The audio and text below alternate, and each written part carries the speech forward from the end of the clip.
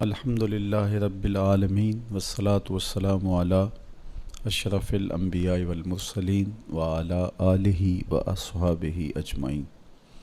قال اللہ تعالی وتبارک فی القرآن المجید والفرقان الحمید۔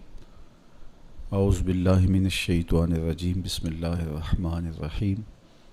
یا ایہا الذین آمنوا اتقوا اللہ حق تقاتہ ولا تموتن الا وانتم مسلمون۔ صدق اللہ مولانا العظیم وصدق رسولہ النبی الکریم الرؤوف الرحیم۔ اللہم نور قلوبنا بالقرآن وزین اخلاقنا بالقرآن وادخلنا الجنۃ بالقرآن ونجنا من النار بالقرآن۔ قال اللہ تعالی وتبارک فی شان حبیبہ مخبرا وآمرا ان اللہ وملائکتہ یصلون علی النبی یا ایہا الذین آمنوا صلوا علیہ وسلموا تسلیما۔ اللہم صلی علی سیدنا و مولانا محمد معدن الجود والکرم صلاۃ و سلاما علیک یا سیدی یا رسول اللہ۔ تمام حمد و ثنا، تعریف و توصیف اللہ جل مجدہ الکریم کی ذات بابرکات کے لیے، جو خالق کائنات بھی ہے اور مالک ششرہات بھی۔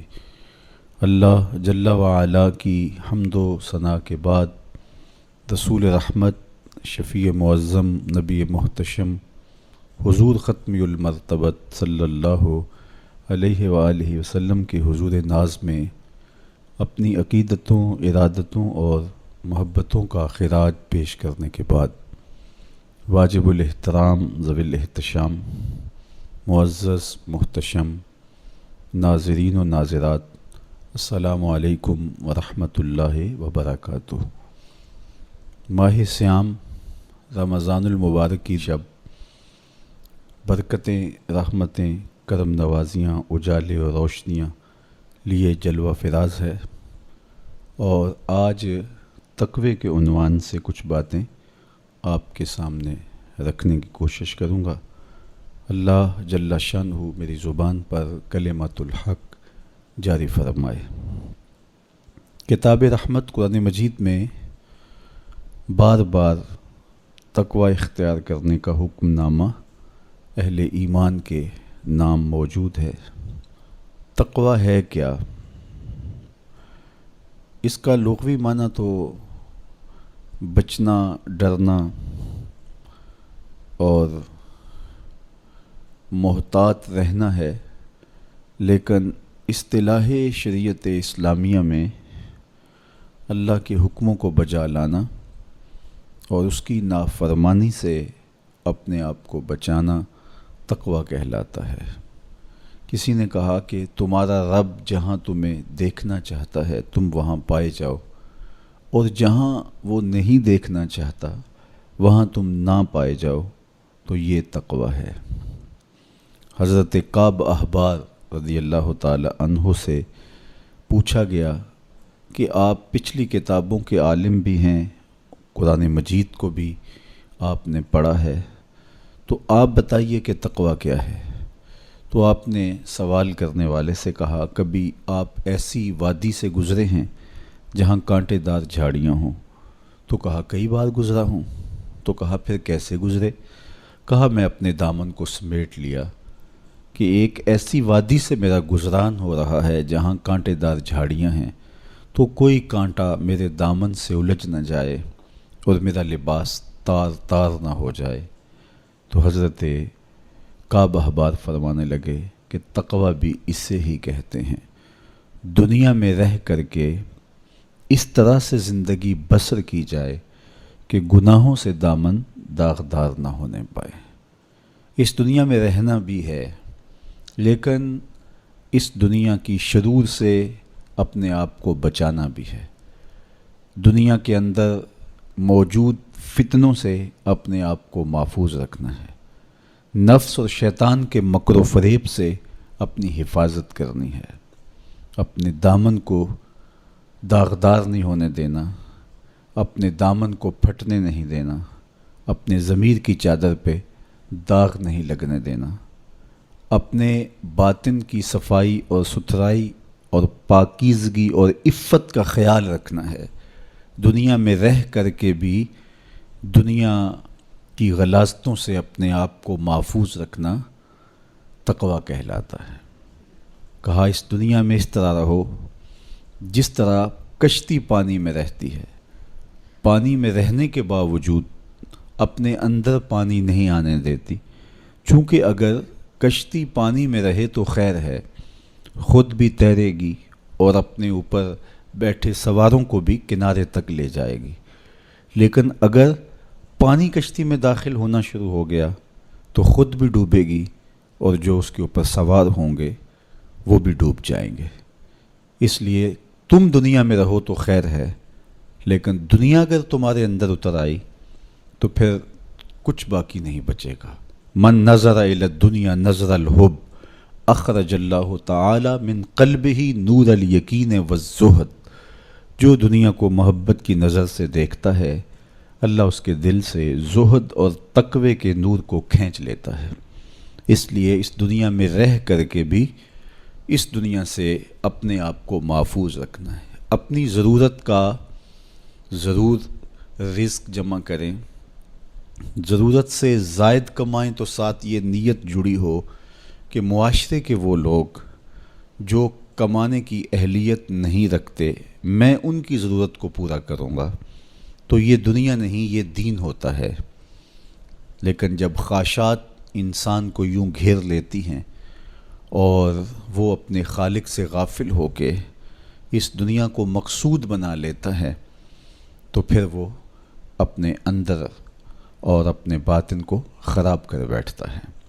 تو کعب احبار فرمانے لگے کہ تقویٰ یہ ہے کہ تم اپنے آپ کو جس طرح کانٹے دار جھاڑیوں کے اندر سے گزارتے ہوئے دامن بچاتے ہو اور کوئی کانٹا تمہارے دامن سے الجھ کر تمہارے دامن کو تار تار نہ کر دے، تمہارا دامن پھٹ نہ جائے، تو احتیاط سے گزرتے ہو، تو دنیا میں بھی یوں محتاط رہو اور اپنے آپ کو گناہوں سے آلودہ نہ ہونے دو۔ حضرت سیدنا علی المرتضیٰ رضی اللہ تعالی عنہ سے تقویٰ کے حوالے سے دریافت کیا گیا تو آپ نے بڑی جامع تعریف ارشاد کی۔ فرمایا کہ تقویٰ کیا ہے؟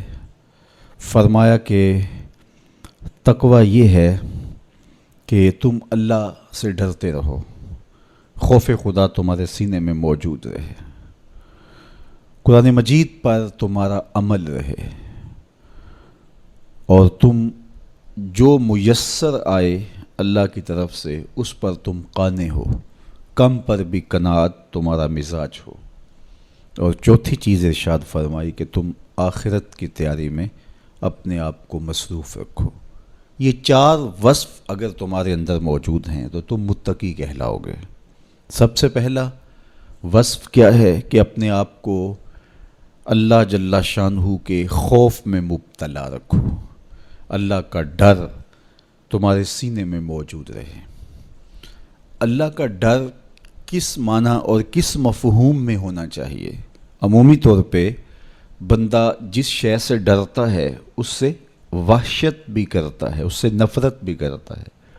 سانپ سے ڈرتا ہے، بچھو سے ڈرتا ہے اور موذی جانوروں سے خوف زدہ ہوتا ہے، لیکن اگر ہتھے چڑھ جائیں تو انہیں چھوڑتا بھی نہیں، بلکہ ہمیں تو حکم دیا گیا اقتل الموذی قبل ان یوذی، قبل اس سے کہ موذی تم کو ایذا دے تم اس کا خاتمہ کر ڈالو، اگر تمہارے بس میں ہو تو تم انہیں مار ڈالو۔ تو عمومی طور پہ بندہ جس سے ڈرتا ہے اس سے نفرت بھی کرتا ہے، لیکن اللہ سے بندہ ڈرتا بھی ہے، اس سے محبت بھی کرتا ہے۔ تو یہ ڈر پھر کس مفہوم میں ہوا؟ تو کچھ اشیاء سے، کچھ لوگوں سے ڈر ان کے گزند کی وجہ سے ہوتا ہے، لیکن یہ ڈر جو اللہ کا بندہ مومن کے دل میں ہے یہ محبت کا ڈر ہے۔ جب کوئی کسی سے پیار کرتا ہے تو اس کی ناراضگی سے ڈرتا ہے، وہ روٹھ نہ جائے، وہ ناراض نہ ہو جائے۔ میری زندگی کا سارا سرمایہ تو اس کی خوشیاں ہیں، اس کی خوشی میری زندگی کا جمال ہے، اور اگر وہ روٹھ گیا تو میری زندگی اجڑ جائے گی، میری زندگی کا سارا نور ختم ہو جائے گا، میری زندگی کی ساری خوشیاں ختم ہو جائیں گی۔ تو اللہ سے ڈرنے کا مفہوم بھی یہی ہے کہ جب بندہ اس سے پیار کرتا ہے، اور مومن کی شان ہے والذین آمنوا اشد حبا للہ، جو اہل ایمان ہیں وہ سب سے زیادہ اپنے رب سے محبت کرتے ہیں، ٹوٹ کے چاہتے ہیں اپنے رب کو۔ تو جب اتنی محبت کرتے ہیں اپنے رب سے تو وہ ڈرتے ہیں کہ کہیں ہمارا رب ہم سے روٹ نہ جائے، ہمارا رب ہم سے ناراض نہ ہو جائے۔ تو یہ احساس جب انسان کے ساتھ ہمیشہ جڑا رہے گا کہ میرا اللہ مجھ سے ناراض نہ ہو جائے، تو پھر اس کی زندگی کتنی خوبصورت ہوگی اور وہ گناہوں سے کیوں نہیں بچ پائے گا۔ تو سیدنا علی المرتضیٰ رضی اللہ تعالیٰ عنہ فرماتے ہیں کہ تقویٰ یہ ہے کہ تمہارے دل میں اللہ کا خوف بیٹھا رہے اور اس کی ناراضگی سے تم ڈرتے رہو، اور یہ احساس تمہاری زندگی میں جمال اور خوبصورتی پیدا کرے گا۔ دوسری بات، قرآن مجید پر تمہارا عمل ہو۔ جب کتاب اللہ تمہاری رہنما بن جائے اور تم اپنی زندگی کے سارے عمل کتاب اللہ کی بتائی ہوئی تعلیمات کے مطابق کرو گے تو پھر اس کا عملی نتیجہ تو خوبصورت ہوگا۔ جب تھیوری اچھی ہوگی تو پریکٹیکل بھی اچھا آئے گا۔ جب تم قرآن کے بتائے ہوئے طریقے کے مطابق زندگی بسر کرو گے تو کیسے نہیں ہوگا کہ تمہاری زندگی خوبصورت زندگی ہوگی اور تم کامیاب اور بامراد اور خوش نصیب شخص قرار پاؤ گے۔ اس لیے قرآن مجید پہ عمل اپنی زندگی میں لازم کر لو۔ یہ تمہارے رب نے تمہارے نام رسول کریم صلی اللہ علیہ وآلہ وسلم کی وساطت سے ایک پیغام بھیجا ہے، مکمل ضابطہ حیات ہے، دستور زندگی ہے۔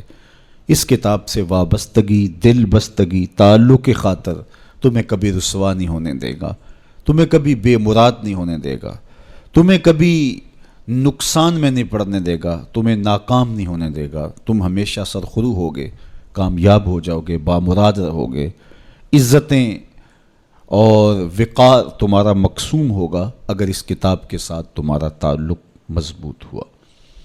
تیسری بات، جو تمہیں میسر ہو اس پر قناعت کرو۔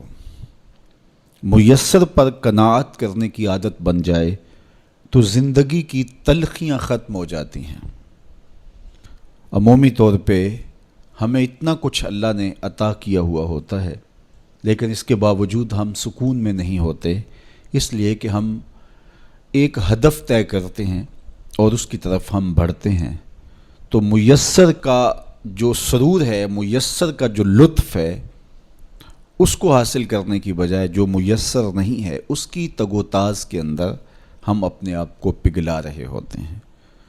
تو اس لیے ہم جب اللہ کے دیے گئے پر قناعت کریں گے، ہاں آپ زیادہ کی کوشش کر سکتے ہیں اس نیت کے ساتھ کہ میں دوسرے ضرورت مندوں کی ضرورت بھی پوری کروں، لیکن اطمینان آپ کو یہ ہونا چاہیے کہ جو مجھے میسر ہے، یہ میرا مقدور تھا، یہ مجھے مل گیا، اور اگر میرا مقدور کوئی اور بھی ہوا تو وہ بھی مجھے مل جائے گا، اور ملے گا تب جب اس کا وقت ہوگا، وقت سے پہلے نہیں ملے گا۔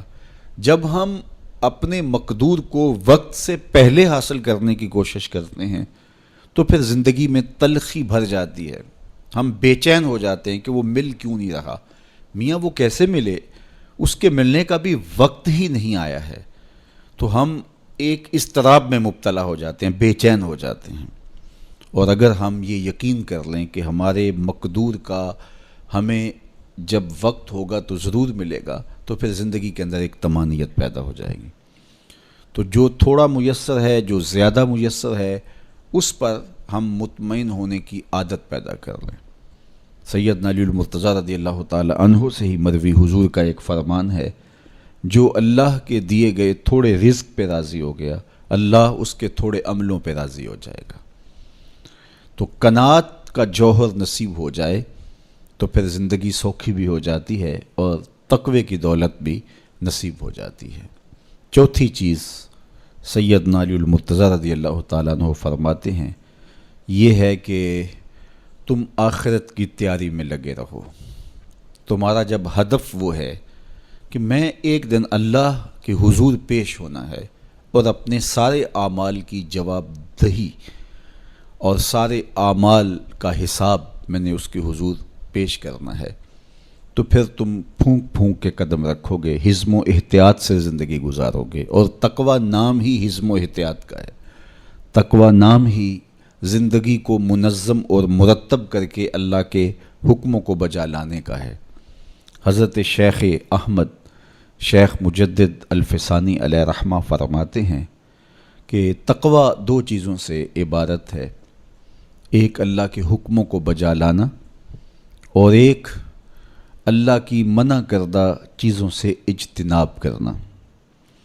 اور بڑی خوبصورت بات آپ نے کی، فرمایا اللہ کے حکموں کو بجا لانا، اس کی اطاعت اور فرما برداری کرنا، یہ تو فرشتے بھی کرتے ہیں اور انسان بھی کرتے ہیں، لیکن وہ چیزیں جو منع کی گئی ہیں ان سے رک جانا تو یہ کام صرف انسانوں کا ہے، چونکہ فرشتوں کے اندر تو یہ چیز ہی موجود نہیں ہے، ان کے اندر خواہشات رکھی ہی نہیں گئی جن سے وہ رک جائیں، آرزوئیں رکھی ہی نہیں گئیں جن سے وہ باز آ جائیں۔ تو وہ تو اللہ کی عبادت کرتے ہیں، ذکر و فکر میں لگے ہیں، طاعت اور فرما برداری میں لگے ہیں، اور ان امور سے رکنے کا ان کا باب ہی نہیں ہے، تو یہ حضرت انسان کا کام ہے کہ وہ ان امور سے منع ہو جائے جن امور سے ان کے رب نے انہیں منع کیا ہے۔ تو یہ شے حضرت انسان کو ممتاز کرتی ہے اور تقوی کے حصول کا ذریعہ اور ضامن بنتی ہے۔ اللہ جل شانہ کے منع کردہ کاموں سے رک جائے اور اس کے حکموں کو بجا لانے کی کوشش میں لگا رہے، یہ تقوی کہلاتا ہے۔ بعض نے یہ کہا کہ انسان کے جو ظاہری اعمال ہیں اور انسان کے جو باطنی اعمال ہیں، ان دو اعمال کو دو حصوں میں تقسیم کیا، تو کہا کہ جو باطن کے اعمال ہیں وہ تقوی کہلاتے ہیں۔ آپ کوئی نیک عمل کرتے ہیں تو ظاہر ہے کہ وہ امتثال امر کے طور پہ آپ وہ کام بجا لا رہے ہیں، لیکن اب آپ دل سے بھی رکے ہوئے ہیں اس کام سے، تو یہ آپ کے دل کا عمل ہے اور یہ تقوی کہلاتا ہے۔ قرآن مجید میں اللہ تعالیٰ نے ایک مقام پہ ارشاد فرمایا، جو اللہ کی نشانیوں شعائر اللہ کی تعظیم کرتے ہیں تو یہ دل کا تقوی ہے۔ تو تقوی کا تعلق پھر جڑ جاتا ہے دل سے۔ میرے اور آپ کے آقا و مولا حضور نبی رحمت صلی اللہ علیہ وآلہ وسلم نے ارشاد فرمایا، التقوی ہا ہونا، التقوی ہا ہونا۔ حضور نے اپنے سینے کی طرف اشارہ کر کے کہا تقوی یہاں ہے، تقوی یہاں ہے۔ تو تقوی کا مرکز انسان کا دل ہے۔ ایک حدیث پاک میں آیا جو صحیح مسلم میں موجود ہے کہ ان اللہ لا ينظر الى صورکم واموالکم، اللہ تمہاری صورتوں کو نہیں دیکھتا، اللہ تمہارے مالوں کو نہیں دیکھتا کہ کون کتنا خوبصورت ہے، کس کے پاس کتنی دولت ہے، نہ تمہاری صورتیں دیکھتا ہے، نہ تمہارے بنگلے دیکھتا ہے، نہ تمہاری جائیدادیں دیکھتا ہے، نہ تمہارا بینک بیلنس دیکھتا ہے۔ اسے تمہاری صورتوں سے غرض نہیں ہے، اسے تمہارے اموال سے سروکار نہیں ہے۔ وَلَٰكِن يَنظُرُ إِلَىٰ قُلُوبِكُمْ وَأَعْمَالِكُمْ، وہ تمہارے دل دیکھتا ہے اور تمہارے عمل دیکھتا ہے۔ تمہارے کپڑے پھٹے پرانے ہیں، جھونپڑے میں رہتے ہو، لیکن عمل خوبصورت ہیں۔ تمہارا قلب سلیم ہے، اس دل میں اللہ کی محبت، اللہ کا پیار رکھا ہے، اللہ جل شانہ کے محبوب کا پیار رکھا ہے، تو وہ دل خوبصورت ہے۔ تو تمہارے لباس پھٹے پرانے کیوں نہ ہوں، تمہارے رہنے کی جگہ انتہائی ناآسودہ کیوں نہ ہو، لیکن تمہارا دل اچھا ہے، تمہارے عمل اچھے ہیں، تو تمہارے رب کو یہ پسند ہے۔ تو تقوی کا مرکز تمہارا قلب ہے، تمہارا دل ہے۔ تو دل کی پاکیزگی، دل کی صفائی، دل کی ستھرائی، یہ اللہ جل شانہ کو محبوب ہے۔ ہم عمومی طور پہ اپنے ظاہر کو سنوارنے میں لگے رہتے ہیں اور باطن ہمارا میلا کچیلا ہی رہتا ہے۔ ہمارا رب ہم سے اس بات کا تقاضا کرتا ہے کہ تمہارا دل بھی ستھرا ہونا چاہیے، تمہارا دل بھی پاک ہونا چاہیے۔ باہو علیہ رحمہ فرماتے ہیں کہ دل کالے نالوں منہ کالا چنگا، جے کو یہ رمز پچھانے ہو۔ تو اصل تو پاکیزگی، طہارت، صفائی، عفت قلب کی ہے۔ تو اس لیے اللہ تعالیٰ جل شانہ نے مومنین کے قلوب کی پاکیزگی، طہارت اور صفائی اور عفت کا تقاضا اہل ایمان سے کیا ہے۔ اللہ جل شانہ نے بندوں کو جو عزت عطا کی ہے تو اس کا معیار تقوی کو قرار دیا۔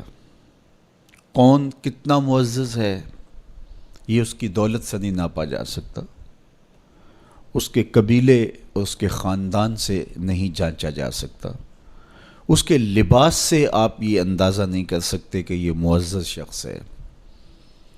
کسی شخص کا کسی قوم سے تعلق ہے اور وہ گوری رنگت والی قوم ہے یا وہ کسی اور رنگت سے متعلق ہے تو وہ اس کی عزت کا ظرف نہیں ہے۔ ان اکرمکم عند اللہ اتقاکم، تم میں سے معزز وہ ہے جو متقی ہے، جو پرہیزگار ہے۔ دیکھیے ابو لہب قریشی النسب تھا، لیکن خوبصورت ہونے کے باوجود، عالی مرتبت نسب رکھنے کے باوجود آج بھی اس پر لعنتیں برس رہی ہیں۔ اور بلال حبشی رضی اللہ تعالیٰ عنہ رنگ کے کالے تھے اور نسباً غلام تھے، لیکن تقوی کی دولت نے، ایمان کی دولت نے ان کو اس مقام پہ کھڑا کر دیا کہ وہ ہاشمی النسب شخص تقوی اور ایمان کی عدمیت کی وجہ سے ان کے قدموں سے لگی ہوئی دھول تک بھی نہ پہنچ سکا، اور وہ عزتوں کے اس شرف کو حاصل کرتے ہیں جو انہی کا مقسوم ہے۔ تو اسلام نے شرف کا معیار، عزت کا معیار تقوی قرار دیا ہے۔ تو اس لیے ہمیں تقوی کو حاصل کرنے کے لیے کوشاں رہنا چاہیے اور ایسے اعمال بجا لانے چاہیے کہ جس سے ہمیں تقوی حاصل ہو۔ حضرت شیخ احمد مجدد الفسانی علیہ رحمہ فرماتے ہیں، جو شخص اپنے اوپر 10 چیزوں کو لازم کر لیتا ہے تو لازمی نتیجہ یہ ہوتا ہے کہ وہ متقی بن جاتا ہے۔ وہ 10 چیزیں کون سی ہیں؟ ماہ صیام کے ان حسین لمحوں میں ہمیں وہ 10 اوصاف اپنے اندر پیدا کرنے چاہیے تاکہ ہم متقی بن جائیں، اور متقی اللہ کے محبوب بندے ہیں۔ تقوی اختیار کرنے والے اللہ جل شانہ کی رحمتوں کے خاص مستحق ہیں۔ جنہیں تقوی کا نور نصیب ہوتا ہے وہ اللہ کی رحمتوں کے سائے میں آ جاتے ہیں۔ اگر ان پر مصائب، آلام، مشکلیں آتی ہیں تو ان کے تقوی کی وجہ سے اللہ انہیں راستے عطا کر دیتا ہے۔ وَمَن يَتَّقِ اللَّهَ يَجْعَل لَّهُ مَخْرَجًا وَيَرْزُقْهُ مِنْ حَيْثُ لَا يَحْتَسِبُ۔ اللہ اکبر۔ ارشاد فرمایا کہ جو اللہ سے ڈرتا ہے، تقوی اختیار کرتا ہے، اس کے لیے ہم مصیبت سے نکلنے کے راستے پیدا کر دیتے ہیں، اور اللہ جل شانہ اس کے لیے وہاں سے رزق عطا کرتا ہے جہاں سے اسے گمان بھی نہیں ہوتا ہے۔ تو یہ تقوی کا نتیجہ ہے جو اہل تقوی کو نصیب ہوتا ہے۔ تو حضرت شیخ نے 10 وہ امور بتائے جو اپنے اوپر لازم کر لینے سے تقوی نصیب ہوتا ہے۔ سب سے پہلی بات آپ فرماتے ہیں زبان کو غیبت سے بچائے۔ اتقاء کے حصول کے لیے زبان کو پاک کرنا ضروری ہے۔ انسان کے زیادہ تر گناہ اس کی زبان کی وجہ سے ہیں، اور غیبت یہ بدترین عمل ہے، اور اس کو بدکاری سے بھی برا قرار دیا گیا ہے۔ الغیبت اشد من الزنا، تو اپنی زبان کو غیبت سے بچائے۔ دوسری بات ارشاد فرمائی کہ بدظنی سے بچے، کسی سے خواہ مخواہ بدگمان ہو جانا اور اپنے دل کو کسی کے لیے میلا کر لینا اور اس کی بدگمانی دل میں پالنا، تو یہ تقوی کے منافی ہے۔ تو کسی کی بدگمانی سے، بدظنی سے اپنے دل کو بچائے، زبان کو غیبت سے بچائے، دل کو بدگمانی سے بچائے، اور مسخرہ پن سے بچے، بات بات پہ ٹھٹھے مار کے ہنسنا اور اس طرح کی زندگی بسر کرنا۔ اور آج کل تو جب بھی دوست احباب اکٹھے بیٹھتے ہیں تو سنجیدہ اور متین باتیں کم ہوتی ہیں، زیادہ وقت لطیفوں میں ہی کٹ جاتا ہے۔ انسان کو خوش مزاج ہونا چاہیے، اس کی طبع میں شگفتگی ہونی چاہیے، لیکن شگفتگی، خوش مزاجی اور مسخرہ پن میں فرق ہے، اس کو سمجھنا چاہیے۔ سنجیدہ اور متین زندگی یہ مومن کی زینت ہے، انسانیت کا حسن ہے۔ اس لیے تقوی کے حصول میں مانع ہے مسخرہ پن۔ اگر کوئی شخص متقی بننا چاہتا ہے تو اس کو سنجیدہ اور متین بننا ہوگا۔ طبیعت کی خوش مزاجی یہ معنی نہیں ہے، لیکن مسخرہ پن اور چیز ہے، اس سے روک دیا گیا۔ چوتھی چیز حضرت شیخ احمد فرماتے ہیں کہ اپنی آنکھ کو حرام سے بچائے۔ اپنی آنکھ کی حفاظت کرنے سے تقوی حاصل ہوتا ہے۔ جب آنکھ خراب ہوتی ہے تو دل خراب ہوتا ہے، جب دل خراب ہوتا ہے تو پھر پورا بدن خراب ہو جاتا ہے۔ اس لیے وہ دروازہ جو کھلا ہے اور اس سے بدی شر اندر اتر رہی ہے اور پھر اس سے آپ کا سارا نظم ہستی برباد ہو رہا ہے، تو اس دروازے کو بند کریں، تو اپنی آنکھ کو حرام سے بند کریں۔ پانچویں چیز ارشاد فرمائی، ہمیشہ سچ بولے۔ جھوٹا شخص کبھی متقی نہیں ہو سکتا۔ اتقاء کے حصول کے لیے اپنے آپ کو سچ کا خوگر بنانا ہوگا۔ سچ کے بغیر کبھی نہ بولیں۔ جھوٹ بولنے والے کی زبان سے شر پھیلتا ہے، اور جب کوئی شخص جھوٹ بولتا ہے تو حدیث پاک میں آتا ہے اس سے بدبو نکلتی ہے، جس کو عام لوگ تو نہیں سونگھ پاتے، لیکن اللہ کے فرشتے 1 میل دور پیچھے ہٹ جاتے ہیں۔ تو مومن سچا ہوتا ہے، مومن جھوٹا نہیں ہوتا، اور تقوی کے اصول کے لیے سچ شرط ہے۔ چھٹی چیز ارشاد فرمائی، ہر حال میں اللہ کا احسان مانے۔ جب کوئی بھی انسان پر بہتری آئے تو اس وقت یہ کہے کہ یہ میرے رب کا احسان ہے کہ مجھے یہ حاصل ہوا ہے۔ بہت سارے لوگ اپنی محنت کا نتیجہ قرار دیتے ہیں کہ یہ میں نے کیا تو اس کے نتیجے میں یہ ملا۔ بسا اوقات آپ کتنا سیدھا کام کر رہے ہوتے ہیں، کتنی محنت کر رہے ہوتے ہیں، لیکن نتیجہ اس کے برعکس آ رہا ہوتا ہے۔ سیدنا علی المرتضیٰ رضی اللہ تعالیٰ عنہ فرماتے ہیں، میں نے اللہ کو اپنے ارادوں کی شکست سے پہچانا، تو یہ اس کی کرم نوازی ہے کہ اس نے ایسا کر دیا۔ صحت میرا کمال نہیں، یہ اللہ کی عطا ہے۔ علم میرا کمال نہیں، یہ اللہ کی عطا ہے۔ لہجوں کی خوبصورتی یہ اس کی عطا سے ممکن ہے۔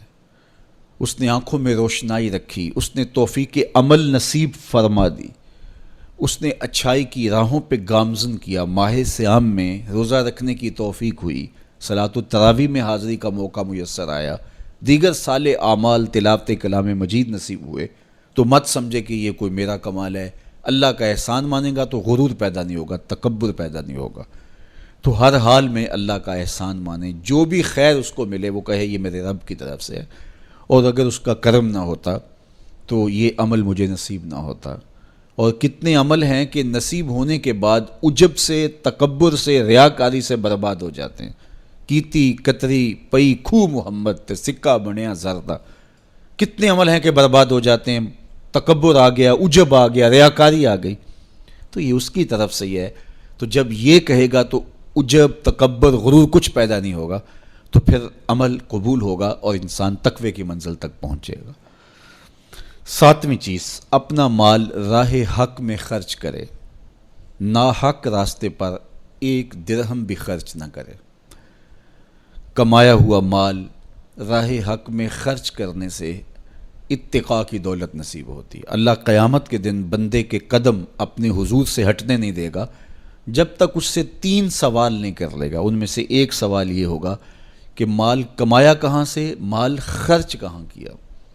جس طرح مال حلال کمانا ضروری ہے، مال کو جائز جگہوں پہ خرچ کرنا بھی ضروری ہے، حق کے راستے پہ خرچ کرنا بھی ضروری ہے۔ اس لیے یہ اپنی طبع کے اندر لازم کر لے کہ کبھی بھی اس کا مال کسی ناجائز اور فضول کام میں خرچ نہ ہو، راہ حق میں اس کا مال لگے۔ 8ویں چیز، نفس کے لیے کبھی بڑائی بلندی نہ چاہے، اس سے طبیعت میں سرکشی آئے گی اور تقوی کے راستے میں یہ عمل مانے ہے۔ اور نمازوں کی حفاظت کرے۔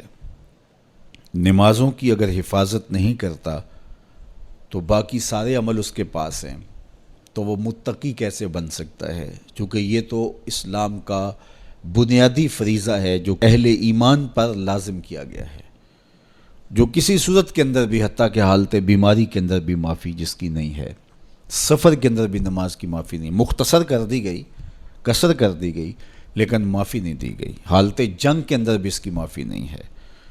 تو نمازوں کی محافظت کرے۔ اور 10ویں چیز، حضرت شیخ فرماتے ہیں عقیدوں کی صحت کا خیال رکھے، اپنے عقیدے، اپنے نظریات خوبصورت رکھے، وہی جو طریقہ مبارکہ اہل سنت و جماعت کے بزرگوں کے عقائد تھے اور شروع سے صحابہ سے لے کے دور موجود تک چلے آ رہے ہیں، ان کی مطابقت کے اندر اپنے عقیدے رکھے۔ نظریات کا عکس اعمال پہ ہوتا ہے، اگر نظریات اچھے نہیں ہیں تو اعمال بھی اچھے نہیں ہیں۔ تو یہ 10 خوبیاں اور 10 چیزیں اگر کسی شخص نے اپنے اندر لازم کر لیں تو پھر لازمی نتیجہ یہ ہے کہ وہ متقی بن جائے گا، وہ پرہیزگار بن جائے گا۔ روزے کا مقصد بھی تقوی ہے، تو یہ بات ذہن میں رکھیے گا کہ صرف روزہ ہی نہیں، ہر عمل خیر کا مقصود تقوی ہے۔ تقوی کا حصول یہ اہل ایمان سے تقاضا ہے ہمارے رب کا کہ وہ متقی بن جائیں۔ متقی ایک صاف ستھرا انسان ہوتا ہے، پاکیزہ وجود ہوتا ہے۔ متقی شخص کسی کو ضرر نہیں دیتا، کسی کو دکھ نہیں پہنچاتا، وہ کسی کا حق غصب نہیں کرتا، کسی پر ظلم، زیادتی، جور و تعدی سے پیش نہیں آتا، وہ لوگوں کے حقوق کی پاسداری کرتا ہے، وہ اپنے فرائض کو پورا کرتا ہے، وہ خلق کے حق کو بھی ادا کرتا ہے اور خالق کے حق کو بھی ادا کرتا ہے، وہ دھرتی پر اللہ جل شانہ کی رحمتوں کا روپ ہے، دھرتی کا بوجھ نہیں ہے بلکہ دھرتی کی زینت ہے۔ تو ایسے پاکیزہ وجود یہ مقصود ہیں شریعت کے، اس لیے ہمیں تقوی ہر صورت میں حاصل کرنا چاہیے۔ قرآن مجید میں تقریباً 258 مرتبہ تقوی کو اختیار کرنے کا مختلف صیغوں کے ساتھ حکم دیا گیا ہے۔ تو اب آپ اندازہ کیجئے یہ کتنی اہم شے ہے جس کا تقاضا اہل ایمان سے کیا گیا ہے۔ تو اللہ جل شانہ کی بارگاہ میں میری دعا ہے جملہ ناظرین کے لیے، ناظرات کے لیے، آپ سب لوگوں کے لیے، اپنے لیے، اپنے ساتھ جڑے ہوئے تمام لوگوں کے لیے کہ اللہ سب کو اتقاء کی دولت نصیب کر دے۔ یہ زندگی بے مقصد نہ گزر جائے۔ ہم جس مقصد کے لیے آئے ہیں ایسا نہ ہو کہ ساری زندگی گزار کے چلے جائیں اور خالی دامن لے کے اللہ کے حضور پیش ہوں۔